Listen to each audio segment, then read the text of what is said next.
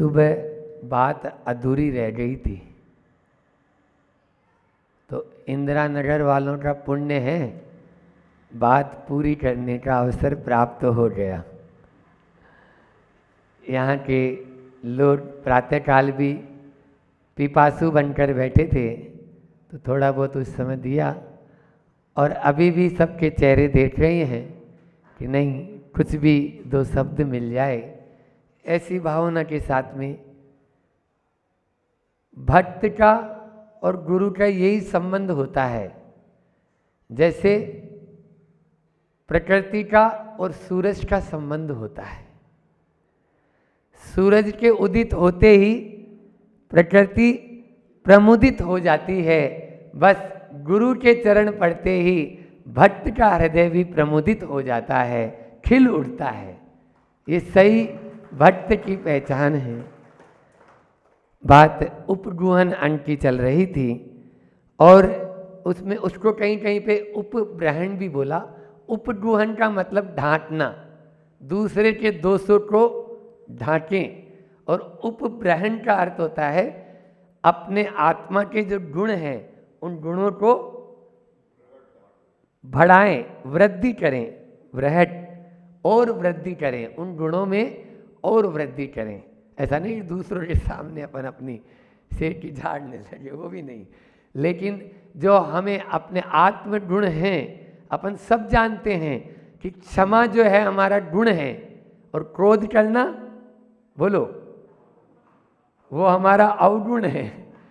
तो उस अवगुण को हटाएं। यदि दूसरा कोई क्रोध कर रहा है तो उसके क्रोध पर हम शांत रहें और अपने क्षमा गुण को और बढ़ाएं, तभी हमारा यह उपगुहन, चाहे और अन्य भी ऐसे ही मान को मार दो, माया को आर्जव, इस प्रकार से सारे धर्मों को विपरीत जो होते हैं वो अवगुण हैं, और जो हमारे स्वभाव हैं वो हमारे गुण हैं। उस स्वभाव की प्राप्ति का ही प्रतिदिन थोड़ा थोड़ा पुरुषार्थ अपन करते चले जा रहे हैं। प्रातःकाल की वेला में मैंने कहा था कि 4 बात अपन को याद रखना है कि दोष दर्शन, दोषारोपण, दोष ग्रहण और दोष समन, इसमें या दोष शोधन। तो दोषों का शोधन तभी होगा जब हम दोष दर्शन और दोषारोपण से बचेंगे और दोष ग्रहण से बचेंगे और दोषों का समन करेंगे। 3 से अपन को बचना है, दोषों का दर्शन, दोषारोपण, दोष ग्रहण। ये हमने प्रातःकाल अच्छे से आपको बताया था कि दोषों का समन करना है हमें। देखते हुए आपको कहानी सुनाई थी बाबा भारती की कि देख लिया, बस इस बात को किसी से कहना मत, नहीं तो जरूरतमंदों पर से विश्वास उठ जाएगा। बस ये है। तो दोषों का समन, अपना आप ही दोषों का शोधन होना शुरू हो जाएगा। संत कहते हैं कि दोष पराये देखकर चलत हसंत हसंत, दोष पराये देखकर चलत हसत हसंत। खुद के दोष ने आवते, खुद के दोष ने याद न आवते, जिनका आदि न अंत। जिनका आदि कोई अंत ही नहीं है। अपने भीतर हम झांकेंगे। कहते हैं ना कि बुरा जो देखन को चला, बुरा न मिलिया कोई, और जो दिल खोजा आपना, मुझसे बुरा न कोई। अपने दिल में हम झांक के देखेंगे। 4 शब्द फिर दे रहा हूं अभी इस वेला में कि बुराई करना, बुराई सुनना, बुराई देखना और बुराई फैलाना। पहला है बुराई करना, बुराई सुनना, बुराई देखना और बुराई फैलाना। आज सोशल मीडिया के ज़माने में ये चारों कितने हो रहे हैं आप भी जानते हो। अच्छाई कितनी फैलाते हो और बुराई कितनी फैलाते हो, आप ही देख लेना। वो पढ़ता ही नहीं है कि ये क्या चीज़ है, वो तो सीधा आया और बस फॉरवर्ड बोलो। और अच्छाई को नहीं पढ़ेगा, बुराई को जरूर फैलाएगा। इससे केवल और केवल शुद्ध पाप का बंद होगा, इससे और कुछ नहीं होना। और जिनमें दोष नहीं है उनमें भी दोषों को बढ़ा चढ़ाकर बताना, ये आज चल रहा है। आप ठीक है, वहाँ उस लेवल तक नहीं पहुँच पा रहे हैं, कोई बात नहीं, लेकिन जिसमें दोष है नहीं उसमें भी यदि दोषों को आपको और ज़्यादा, जिसको बोलते हैं ना, क्या बोलते हो आप लोग इधर, तड़का, मिर्च मसाला डालकर अच्छे से परोसते हैं, तो खूब अच्छे से उसमें आनंद मानते हैं, वो आनंद ही उसके लिए सजा बन जाती है। अभी वो मज़ा आ रहा है, बाद में जब सजा मिलेगी तब पता, अरे ये कहाँ हुआ।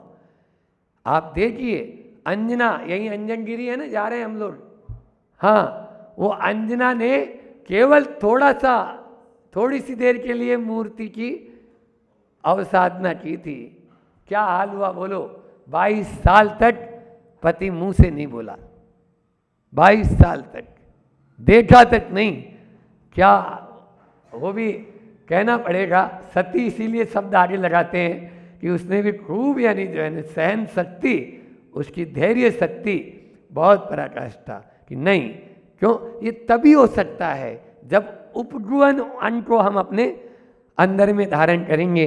आचार्य देखो, मार्ग कभी भी खराब नहीं होता, आचार्य भगवंत कहते हैं मार्ग पर चलने वाले खराब हो सकते हैं कदाचित, है ना, या वो मार्ग में जो रहते हैं वो खराब हो सकते हैं। कई बार हम लोग बिहार करते हैं ना, तो बहुत अच्छा रोड, अभी एक दिन की बात है, अपन लोग यहाँ इधर आ रहे थे हम लोग मांडी तुंगी की तरफ, तो एक रोड बहुत ही अच्छा, महाराज श्री जी तो थोड़ा दूर चले भी गए थे, हाँ, लेकिन वो रोड थोड़ा लंबा घूम के था, तो बहुत अच्छा रोड, और दूसरा रोड बिल्कुल कंकड़ वाला रोड था। तो लोगों को पूछा कि भैया इस रोड पे क्यों नहीं जाए, महाराज जी इधर नहीं जाओ, ये मार्ग खराब है। अच्छा, मार्ग खराब थोड़ी है, तो दिख तो रहा है, पिच ऐसा दिख रहा है, बिल्कुल चिकना रोड नजर आ रहा है, और तुम बोलता है मार्ग खराब है। बोले नहीं, इस तरफ लूटपाट होती है, इस तरफ रहने वाले जो लोग हैं वो अच्छे नहीं है महाराज जी, कुछ भी, यानी वो गाली गलौज या कुछ कर सकते हैं या कुछ हो सकता है, इसलिए उस तरफ से न जाएं, अपन इधर से चले तो अच्छा रहेगा। ये होता है। यहाँ पर आचार्य समंतभद्र स्वामी भी यही बात कह रहे हैं, स्वयं शुद्धस्य मार्गस्य बाला सत्य जनाश्रयाम वाच्यताम प्रमार्जन्ति तद वदंती उपगृहनम, तद वदंती उपगृहनम। उपगृहन क्या है भगवान बताओ, तो बता रहे हैं, जल्दी मत करो। वो ये है कि स्वयं शुद्ध से मार्ग से, मार्ग तो शुद्ध है, स्वयं में शुद्ध है, उसको आपको भी शुद्ध बनाने की जरूरत नहीं है, क्योंकि भगवान महावीर का मार्ग है, आदिनाथ का मार्ग है, ये मोक्ष मार्ग है, अनेकों आत्माएं इस पथ से चल के गई है, इसलिए मार्ग अशुद्ध नहीं है। लेकिन बाला सत्य जनाश्रयाम, बाल और असत्य दो विशेषण दिए यहाँ पर। गृहस्थों के लिए बाल शब्द जोड़ सकते हैं, और व्रतियों के लिए असत्य या असमर्थता के कारण वह गिर पड़ता है। आज मान लीजिए, पहले तो जो चल ही नहीं पा रहा है, उस पर कदम ही नहीं बढ़ाना चाह रहा है, तो वो बाल है न वहाँ पर। और दूसरा दिया यहाँ पर असत्य जनाश्रयाम, यानी जो अज्ञानी लोग हैं उनके लिए बाल लोग, या ऐसे जिनकी मति है तो वो चल नहीं पा रहा उस मार्ग पर, उसकी शक्ति नहीं। और दूसरा असत्य जनाश्रयाम, यानी असत्य लोग भी, असमर्थता, एक बार ले लिया उसने, नियम तो ले लिया था, लेकिन अब उसका शरीर साथ नहीं दे रहा है। हो सकता है चारित्र मोहनी कर्म का उदय आया तो भी वह गिर गया, पतन हो गया, नीचे की ओर आ गया। तो ऐसा वाच्यताम प्रमार्जन्ति, आपको उन दोषों का प्रमार्जन करते हुए, तद वदंती उपगृहनम, उनको ढांकना है, उपगृहन करना है, उसको प्रकाशित नहीं करना, उद्घाटित नहीं करना। लेकिन हम तो डिंडोरा पीट देते हैं कोई में, छोटे से में, वो तो छोड़ो, घर परिवार में भी अनेक माताएं या जब पिता वगैरह आते हैं और बच्चों के साथ में, तो सबसे पहले वो उसकी बुराई करेंगे, महाराज इसको नियम जो है मंदिर नहीं जाता है।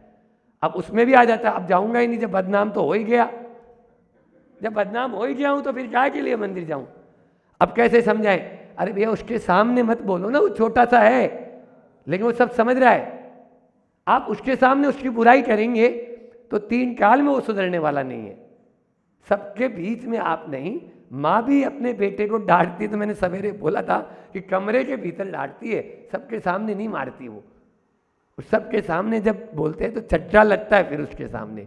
तो इसलिए उपगुहन ये अपने घर परिवार में रोज होता है। हमारे पास में तो आए दिन यही होता है, सुबह से शाम तक तो देखते हैं हम।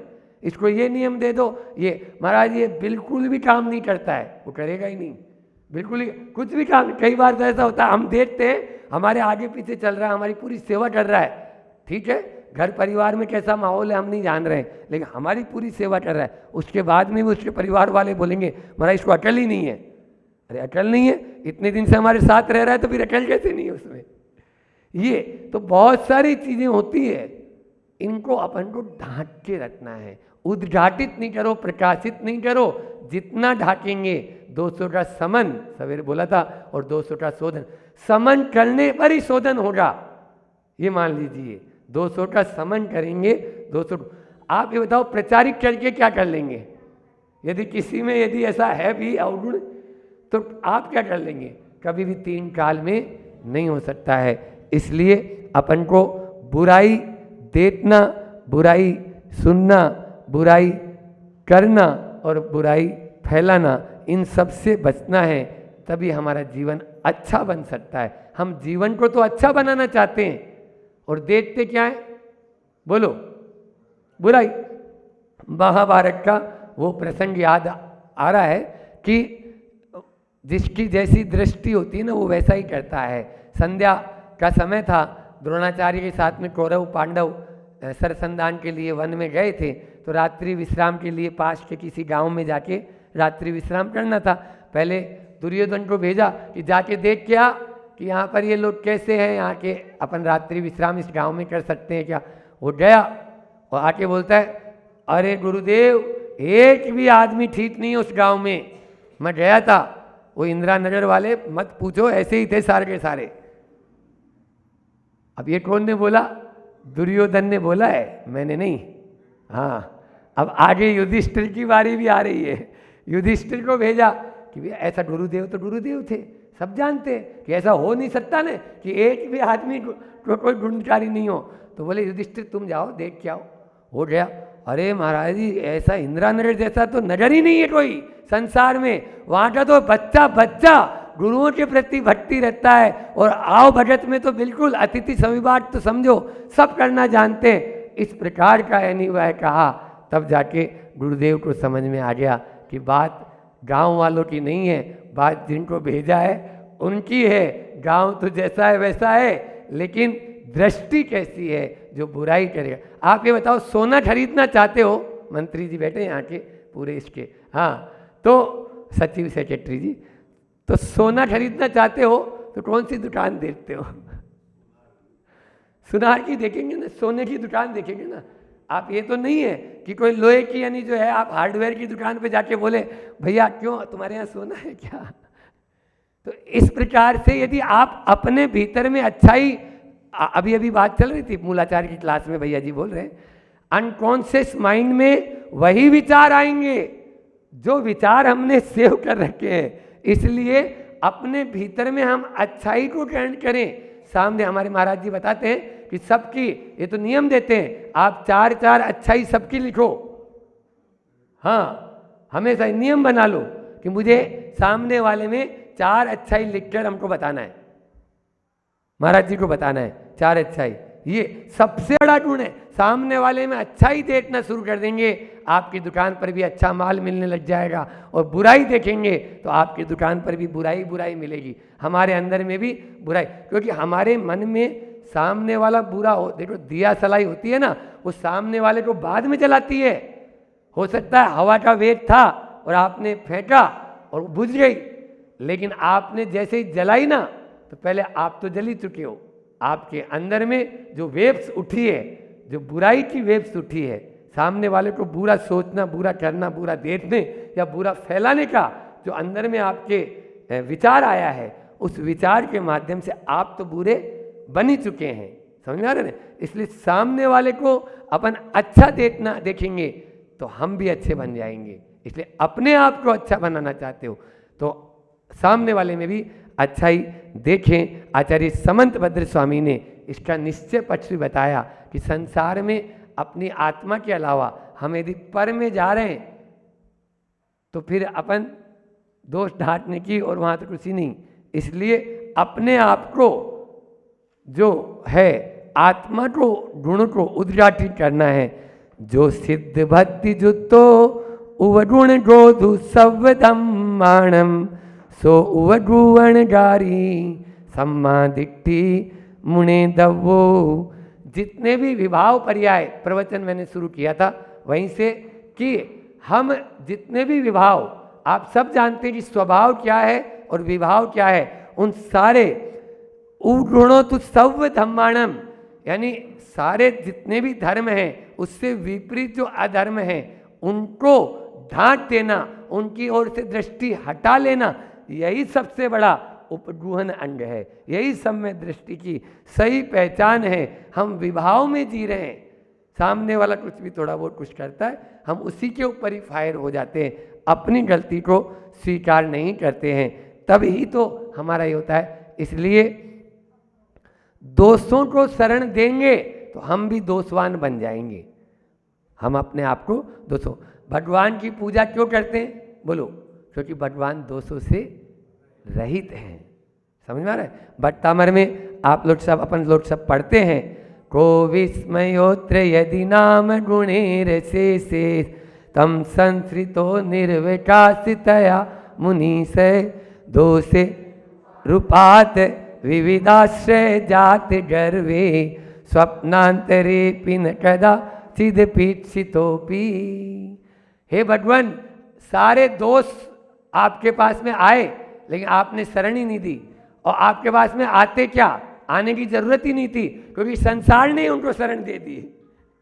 पूरे संसार ने दोषों को शरण दे दी, इसलिए आप दोष से रहित हो गए और संसार पूरा दोषों से सहित हो गया, क्योंकि वो दोषों को अपनाने वाले हैं। जो जो चाहेगा उसको वही तो मिलेगा। इसलिए भगवान आप दोषों से रहित है, अब मैं आपका आश्रय लेता हूँ और मैं दोषों का पिंड हूँ, मैं दोषों से सहित हूँ। बस आप दोषों से रहित होने के कारण मैं आपका ही आश्रय लेकर अपने आप को भी दोषों से रहित बनाना चाहता हूँ। जिसके पास जो है वह वही मिलेगा, आप इधर उधर की नहीं। चार बात करके वाणी को विराम देंगे कि उपगुहन अंग का पालन वर्तमान में हम घर गृहस्थी में रहकर कैसे करें। सबसे पहले अपनी नकारात्मक दृष्टि को हटाकर सकारात्मक बना लो। पहला, उपगुहन उनका पालन करना चाहते हो तो हम नेगेटिव नहीं सोचें, सामने वाले की क्या परिस्थिति थी क्या नहीं थी। छोटा सा उदाहरण है कि खजुराहो की घटना है। खजुराहो में एक महाराज जी थे और उन महाराज जी को बहुत ज़्यादा दाह ज्वर होता था, और वो दिन में तो क्या करते थे, कमंडल के पानी से अपना दाह ज्वर शांत करने की कोशिश करते थे। रात में फिर थोड़ा जो हरियाली वगैरह थी उसमें जाके वहाँ थोड़ा अपनी दाह को शांत करते, क्योंकि बहुत अति पीड़ा उनको होती थी। लोगों ने देखा ये कोई मुनि महाराज जी है क्या, इनको तो कपड़े पहना देने चाहिए। ऐसे तो लोगों में मोह उत्पन्न हो गया, सब लोग हाउ हाउ हाउ, क्योंकि भेड़ चाल होती है, वो तो एक बोल दिया सो सबने बोल दिया, सारे उधर ही चलना शुरू हो गए। जगन मोहन लाल जी शास्त्री जी के पास में घटना आई, वो खुद पहुँचे और वहाँ पर जाके देखा, मुनि महाराज जी को संबोधन दिया। मुनि महाराज जी की आंखों से पानी आया। क्या करूँ, 4-5 दिन से आहार भी ढंग से नहीं हो पाया, कोई आहार में मेरी यानी कोई व्यवस्था या कुछ भी। ठीक है, महाराज जी को ऐसा ज़रूरत नहीं, लेकिन 3-4 दिन से अंतराय भी आ रहा है, पूरा नहीं जा रहा और बहुत ज़्यादा दाह ज्वर होता है, तो इस प्रकार से करता हूँ, क्या करूँ।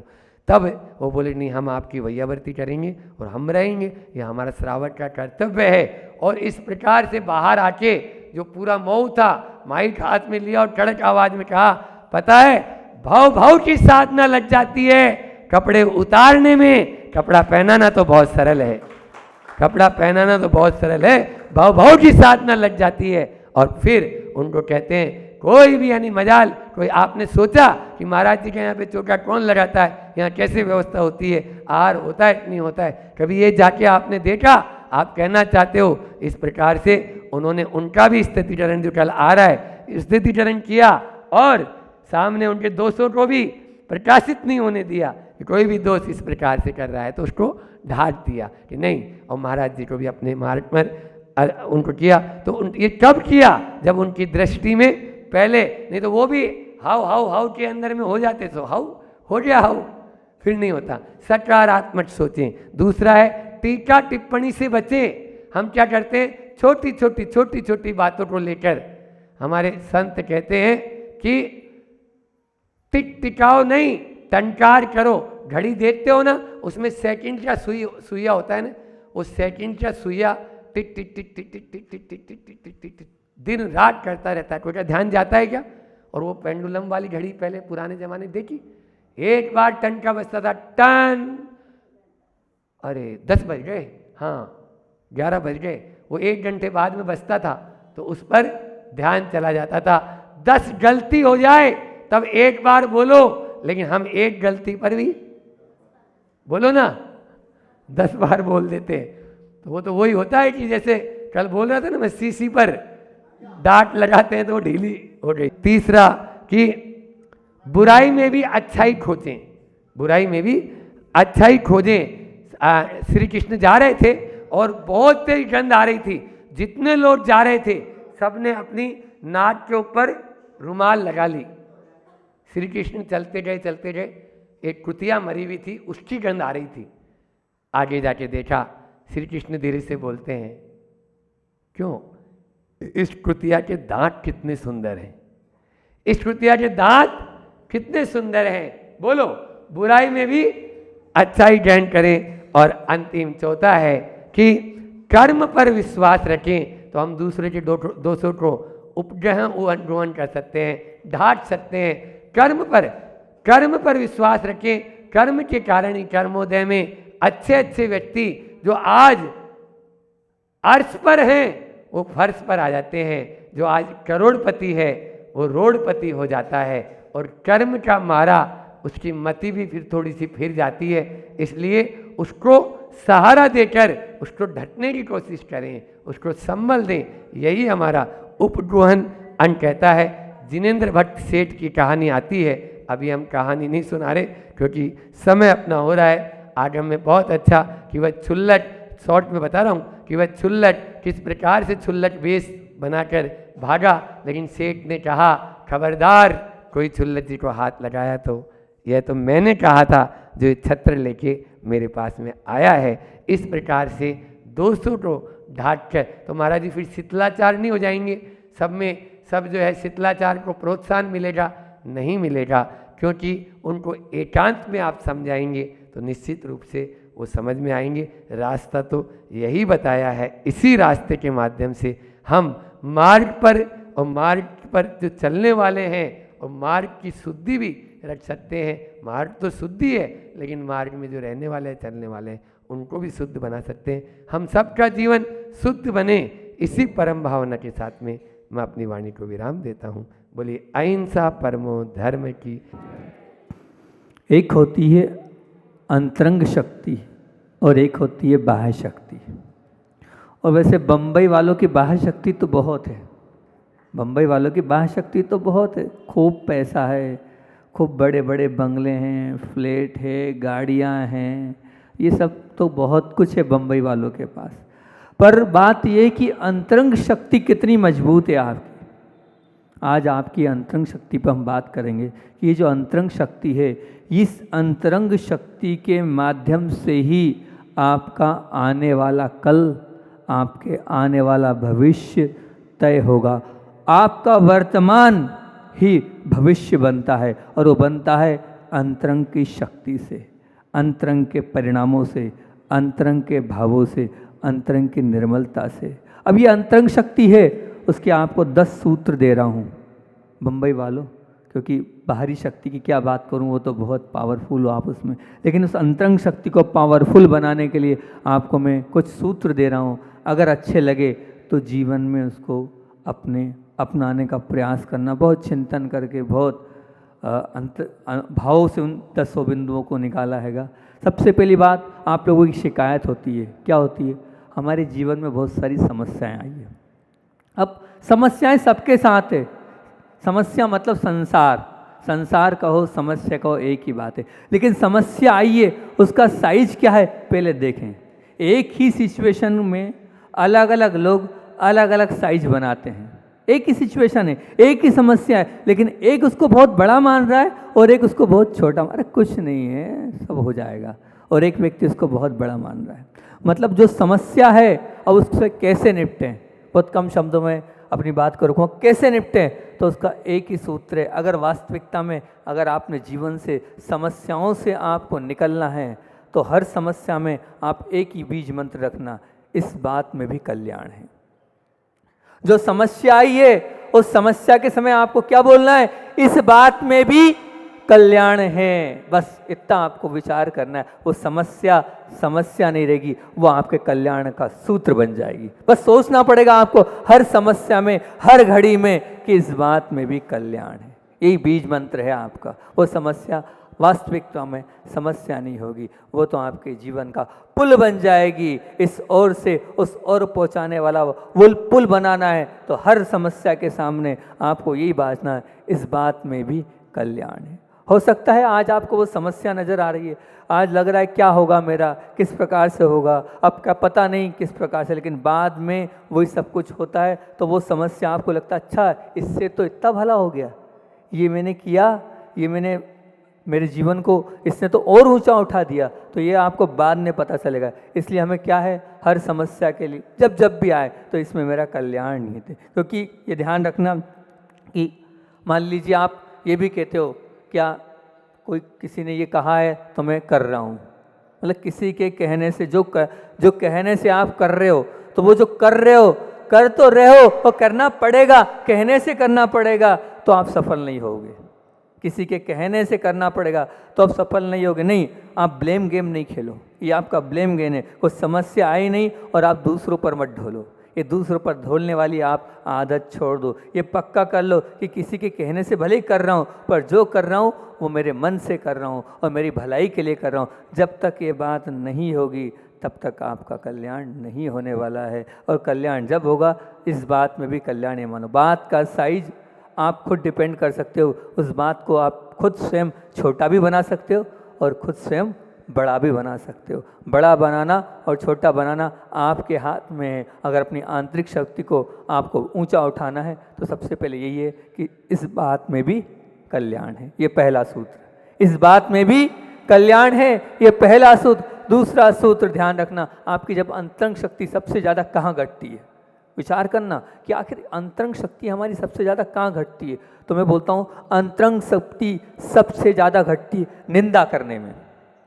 अंतरंग शक्ति, हमारे अंदर का पावर, हमारे अंदर की पवित्रता, निर्मलता कहाँ समाप्त होती है, सबसे ज़्यादा कर्मों का बंध कहाँ होता है, तो वो होता है निंदा करने में। निंदा कर, हम एक धारणा बना लेते हैं, जैसे ये फूल है, इसकी धारणा बना ली, ये गुलाबी है, इसकी 6-7 पंखड़ियाँ है, इसमें नीचे पंक्ति हरी हरी पंक्तियाँ फूल की वो हैं, ये आपने एक धारणा बना ली। अब वो दिमाग में फिट हो गया। अब वो जो धारणा बंटी है वो जिंदगी भर उसके प्रति रहेगी, और वो जिंदगी भर वो धारणा आपको कर्म का बंद कराती जाएगी, जिंदगी भर कर्म का बंद कराते जाएगी। ये मान के चलना, क्योंकि आपने फिक्स कर लिया है ना, आपने वो मान लिया है। अब वो निंदा वाले भाव आपके जिंदगी भर मरते दम तक चलेंगे, और मरते दम तक कर्मों का बंद होते चला जाएगा, होता चला जाएगा। क्या करें, ये आपके अंतरंग शक्ति को कम कर रहे हैं। इसलिए क्या करें, सबसे अच्छी बात, पहली बात तो उसमें ये है, उसमें सूत्र ले लेना, सोचो नहीं किसी के लिए।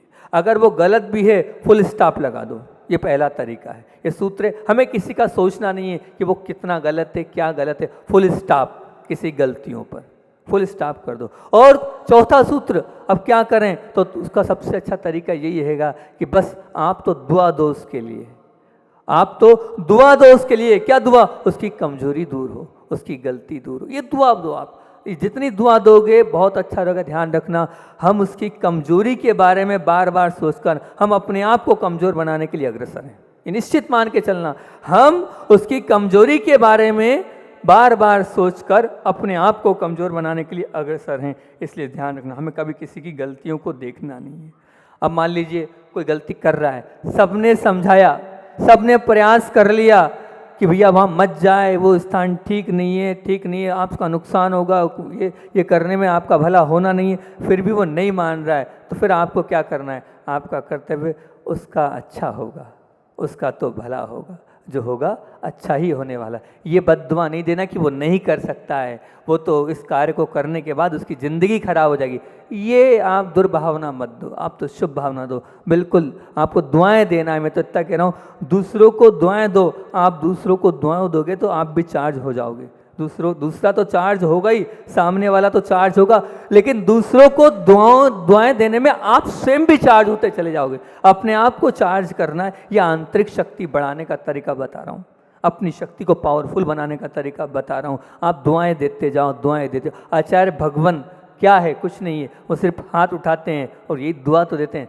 भला हो भला हो भला हो। उनकी आंतरिक शक्ति कितनी पावरफुल है कि आज पूरी दुनिया दीवानी है।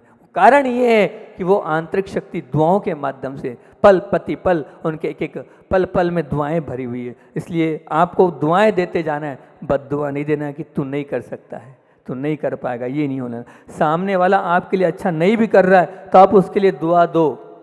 उसके लिए क्या दो? दुआ दो। परमात्मा की शक्ति, क्या दुआ यही देना है, आप उसके लिए यही प्रेषित करो कि परमात्मा की शक्ति, परमात्मा की दुआएं उनके साथ हैं।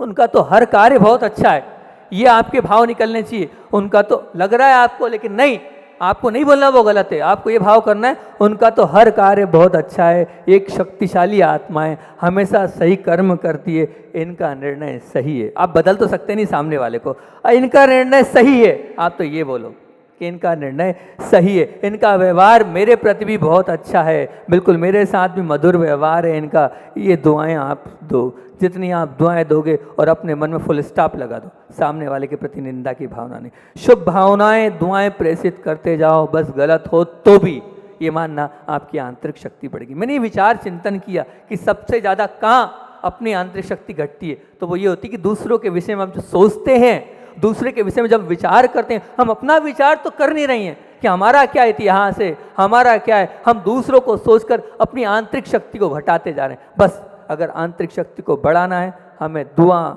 मांगना नहीं है, दुआ देना है। हम अपने लिए दुआ दे रहे हैं, हम अपने लिए जाते हैं भगवान के चरणों में भीख मांग, नहीं, बिल्कुल बंद कर दो। दुआ मांगो नहीं, दुआ दो। जितनी आप दुआओं को दोगे, जितनी आप अच्छी भावनाएं प्रेषित करोगे, उतना अच्छा होता चला जाएगा। ये मान के चलना, आपकी नकारात्मकता, आपके अंदर की अपवित्रता निकलती चली जाएगी। जैसे मकान के बाहर आप कुछ लगाते हो कि ये लगा दिया, नींबू मिर्ची लगा दी, ये लगा दिया, वो लगा दिया, तो क्या है, बहुत अच्छा संप्रेषण आएगा, अच्छी एनर्जी आएगी, सब कुछ आएगा।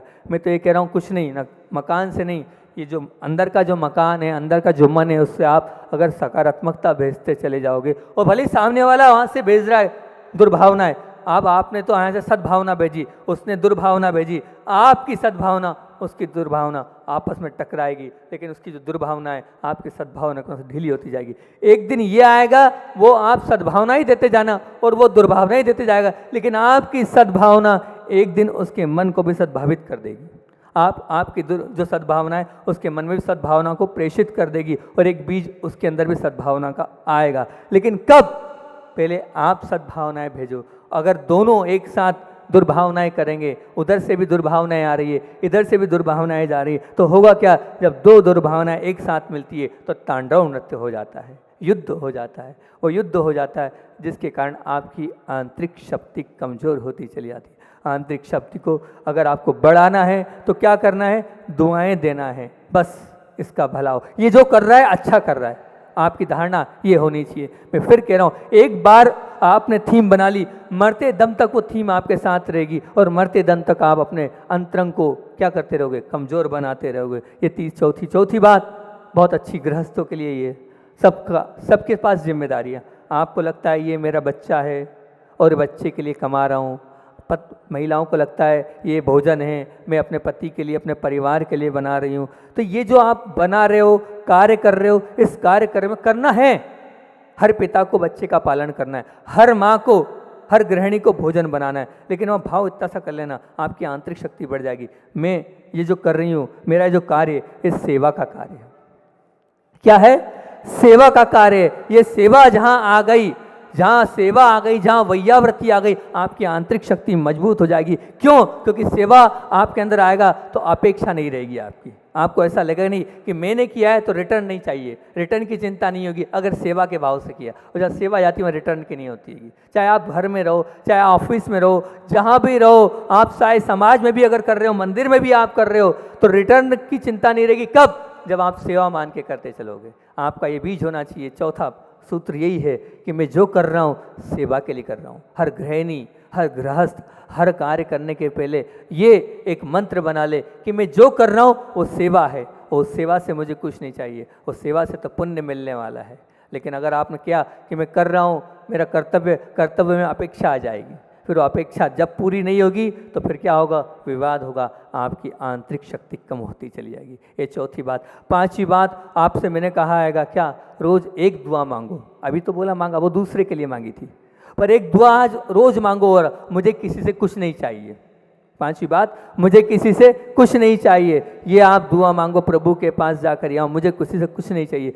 जितना आप दोगे उतना आपको मिलेगा, जितना आप दोगे उतना आपको मिलेगा। देने में ही लेना होगा, जो दोगे उसमें ही लेना होता चलेगा। जितना प्यार दोगे, जितना विनय दोगे, जितना सम्मान दोगे, उससे अधिक कई गुना बढ़कर आपको मिलेगा। बस देने में ही लेना हो जाएगा। जो मुझे चाहिए वो मैं लोगों को दूंगा तो मुझे अपने आप वहाँ से मिलता चला जाएगा। ये बात चलती निकलने। तो मुझे किसी से कुछ नहीं चाहिए। मुझे लोगों से क्या चाहिए? प्यार चाहिए, मुस्कुराहट चाहिए, रिस्पेक्ट चाहिए, और ये सब कुछ चाहिए। आप उस तरफ तो देखो कि वो सामने वाला देने के लिए हाथ रख रखा है कि वो आपसे लेने के लिए। अगर वही लेने के लिए बैठा है तो देगा कैसे? वो खुद चाहता है कि आपसे रिस्पेक्ट मिले, आपसे प्यार मिले, आपसे स्नेह मिले। वो लेने के लिए बैठा है, भूखा है, और आप उससे लेने के लिए बैठे हो।